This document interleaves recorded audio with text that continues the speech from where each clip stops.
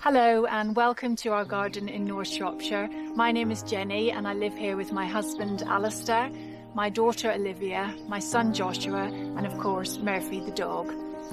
We've lived here for 10 years and during that time we have created the garden that you see here today. We have about an acre of land in total, but when we moved in there was no garden to speak of and it mostly consisted of a field full of weeds. Alistair and I have no design or horticultural background and with hindsight taking on a garden of this size was probably completely mad.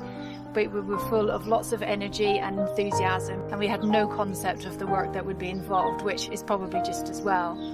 We certainly had no grand plan, but rather bounced ideas off one another, tackling small areas at a time. We soon realised that for the garden to work, it should reflect the Georgian architecture of the house, and so we opted for a formal, symmetrical layout in a series of rooms. My first priority in the garden was to create a vegetable patch so that we could grow food for the family. We cleared an area to the side of the house and over the years found that the area was too small for our vegetable growing ambitions and it didn't get enough sun. Last year we decided to relocate the veg patch to the top of the garden near to the greenhouse and the shed. The area was full of stones and so we all helped clear the site and applied lots of compost. Alistair built a picket fence using recycled wood. We're so excited to have such a large area in which to grow everything that we want and there is nothing more satisfying than eating a meal made from our own vegetables. This area has changed many times. We at first made narrow borders, but as we grew in confidence the borders got bigger. We put in a row of bleached hornbeam to add privacy from a neighbour's house, but this year we added another row to make this into a feature and create an avenue of trees. We cut out more grass to divide the area up into distinct zones and create a more intimate feel. The cottage-style planting is yet to mature and we still have more plans for the area, but we look forward to seeing what it will look like this summer. Inspired by pictures and magazines, I had a clear vision for this area. I remember drawing out the dimensions in the snow one winter. We bought some recycled cobble sets and set about building a parterre. Alistair learnt how to lay cobble sets, not an easy task, and we all helped with the grouting. I really wanted some obelisks, but they were too expensive to buy, as we needed 4, so through trial and error, Alistair made them. The area is planted with ballerina roses. I bought 4 small rose plants for each of the quadrants, which really wasn't enough to fill the area, so we've taken cuttings to create more plants for free. Olivia and I planted lots of tulips in the autumn, and they have been lovely this spring. This area was hugely ambitious. Previously a field, we hired a turf cutter and mapped out the new borders and cut out the grass.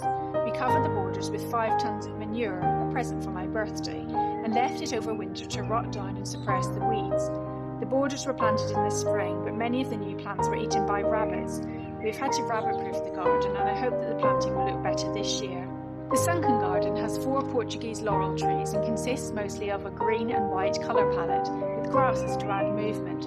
This gives the area a calm, cool, tranquil feel. We made a woodland path using some sandstones that we find in the garden. We have removed several conifers and added silver birch trees, making the area lighter and allowing woodland plants to flourish. We've made many mistakes along the way and most areas have changed 2, 3 or even 4 times. Grandparents can't believe when they visit that trees or even entire hedges have been relocated. The garden is always evolving to improve the design or to better meet the needs of the family as they grow. What I love most about the garden is the way in which it has brought us together as a family. We have each developed new skills. Josh enjoys filming the development of our garden as it evolves. And I'm so thrilled that Olivia wants to pursue a career in horticulture and design. I love gardening and I find it a good way to relax and get away from schoolwork. I've got a job at a nursery which I'm really enjoying and I have learnt lots of new skills. We have so many plans for the garden, but this strange time has forced us to stop and reflect on what we have achieved so far. We usually have such busy lives, with school and full-time jobs, but this period has given us the time to notice the little changes that occur with each passing day as the garden enters into spring. Seeing the birds build nests in trees and hedges that we planted, hearing the hum of the bees amongst our flower borders, and witnessing tadpoles emerge from frog spawn in the pond that we built as a family is immensely rewarding and humbling. We feel so proud of our garden and are so lucky we have this wonderful sanctuary to enjoy during this difficult period. It certainly seems all our hard work has paid off, and I hope you have enjoyed this brief tour of our garden too.